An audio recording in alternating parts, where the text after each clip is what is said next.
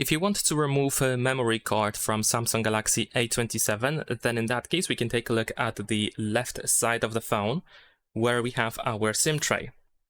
Of course, over here we have this SIM tray hole, and we can use the eject tool in order to eject the SIM tray from the phone. You can of course find the eject tool inside the box of Galaxy A27. We're gonna put it in. It should actually go in a little bit, but once it is in, you want to apply a little bit of pressure, and you want to push it into the phone to make it slightly pop out. So it looks like this. Then you can use your fingernails or fingers to try to completely remove the SIM tray from the phone. There we go. And in fact, we don't have to completely remove the SIM tray from the phone if you want to remove the microSD card. Actually, I did, but okay, so I'm just gonna take it here.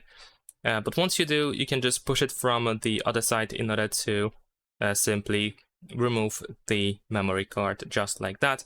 Once you are done, we need to simply put the SIM tray back into the phone. So let's just try to put it in. There we go.